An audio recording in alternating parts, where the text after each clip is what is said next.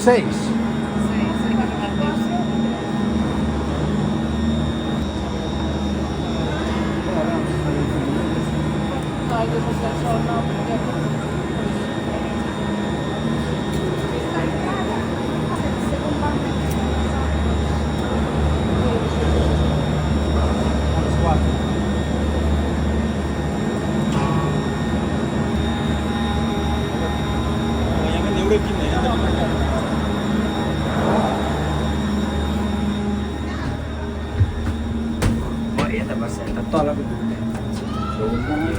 माथि गयो अब 1 बजे मात्रै फर्किन्छ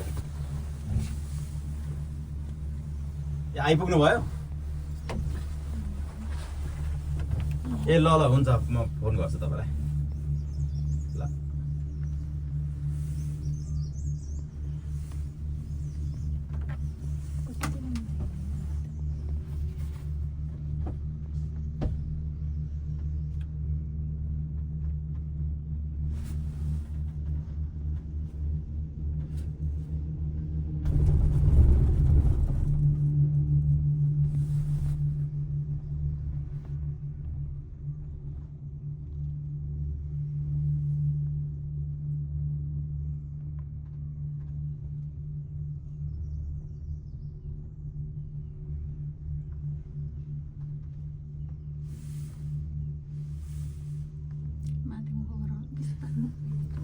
धेरै स्लो भयो जस्तो हुने क्या है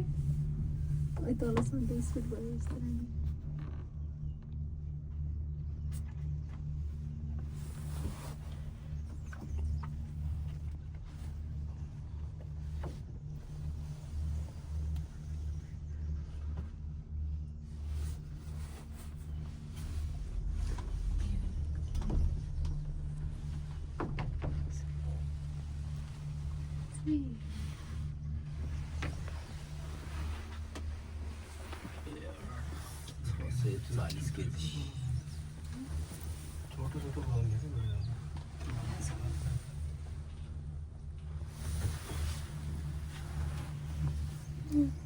त्यहाँको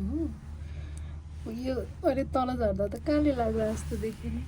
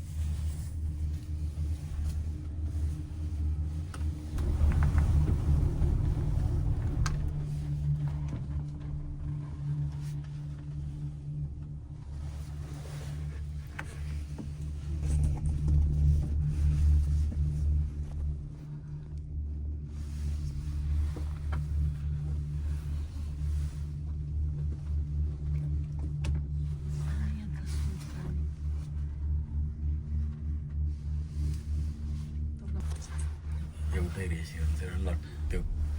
एउटै तार घुम्ने हो के कम बेसी हुँदैन स्पिड सेम हुन्छ त्यसो गर्न थाल्यो भने त बर्बाद भयो एकैठाउँमा जान्छ कति मान्छे अटिट्याक गरेर आँटिन्छ उस्तै मान्छे तर अहिले यहाँ पनि त्यस्तो भयो त कतिपल्ट भयो यो नर्मल हो यो त सबभन्दा बढी प्रब्लम भएको यहाँ हो म पनि झुन्डे पयसो बिचमा झुन्डिरहेको छु एकचोटि इन्डियन गएको थिएँ 5 जना यो यहाँ अहिले बिचा भयो नि त है मान्छे प्रब्लम कम भएको भनेको मनोकामना हो अहिलेसम्म पहिलो पनि हो नि त नेपालको पहिलो केबल कार पनि हो सस्तो पनि प्रब्लम बढी भएको यहाँ त्यसपछि बन्दीपुरमा त स्टार्ट भएको 2-3 महिनामै समस्या भयो बन्दीपुरको त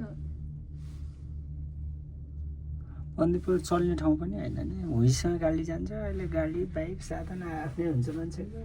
त्यो डिफ्रेन्टली चलाउनु थालेको छ त्यो अर्कै तरिकाले चल्छ नि त त्यो होटलहरू त्यो इन्डियनहरू आउने गाडीहरू आउने त्यही ग्रुपहरू लाने त्यो हिसाबले प्याकेजमा इन्क्लुड गरेर चलाउँछ उनीहरूले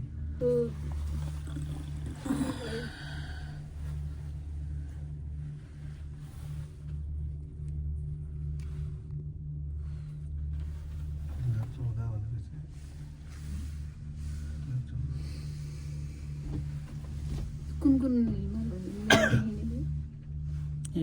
गणेश गणेश के भन्छ पोखरातिर भए कन्ठे हुन्थ्यो है माछा पुछो भयो यता हिमगिरी उहाँलाई थाहा होला उहाँ देखेछ त देखेछ गणेश के भन्छ मनासुले अन्नपूर्ण देखेछ ऊ एक्सट्रिम अन्नपूर्ण देखेछ अनि कञ्चनजङ्घा मनासलु देख्यो गणेश हिमाल देख्यो लाङटाङ देख्यो दोर्जेलाक्पा देख्यो गौरी शङ्कर देख्यो यसबाट देखिने दुध पर्वत बढा सबै देखिसक्यो उहाँको फिल यही हो नि त सबै देखिन्छ यता अन्नपूर्णबाट अन्नपूर्ण 2 बाट सबै देखिन्छ यता कञ्चनजङ्घा त देखिँदैन एक्सट्रिम इस्टमा पर्छ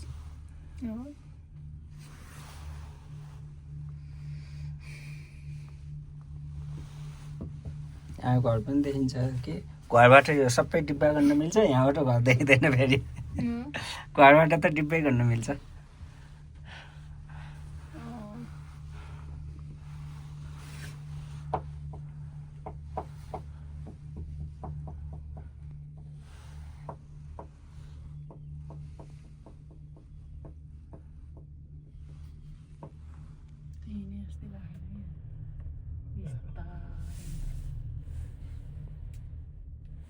यो अलि हाइटमा आयो नि त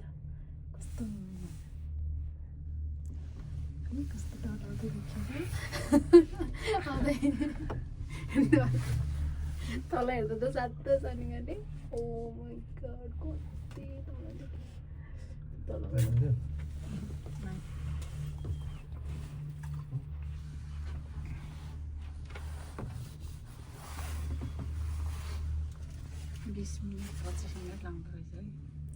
छैन 7.5 मिनट हो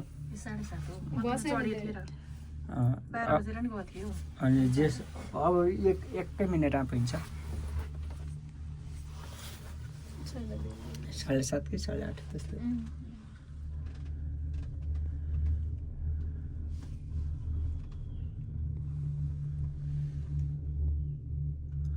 यहाँबाट चाहिँ सबै डिब्बा देखिँदो छन् कि म्याक्सिमम् धेरै डिब्बाहरू देखिँदो रहेछ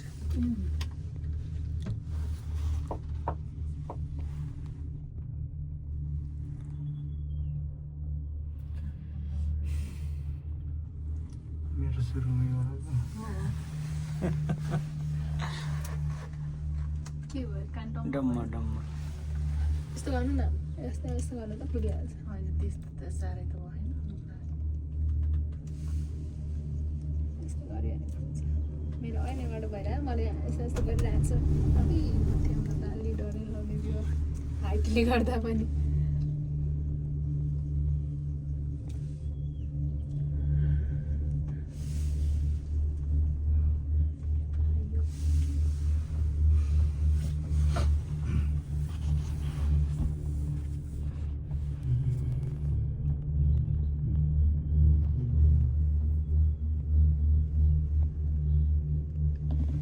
सराङकोटको त बन्द छ नि त अहिले बन्द छ चल्दै छैन के प्रब्लम आएर अनि बन्द गरिदियो भने तिनीहरूले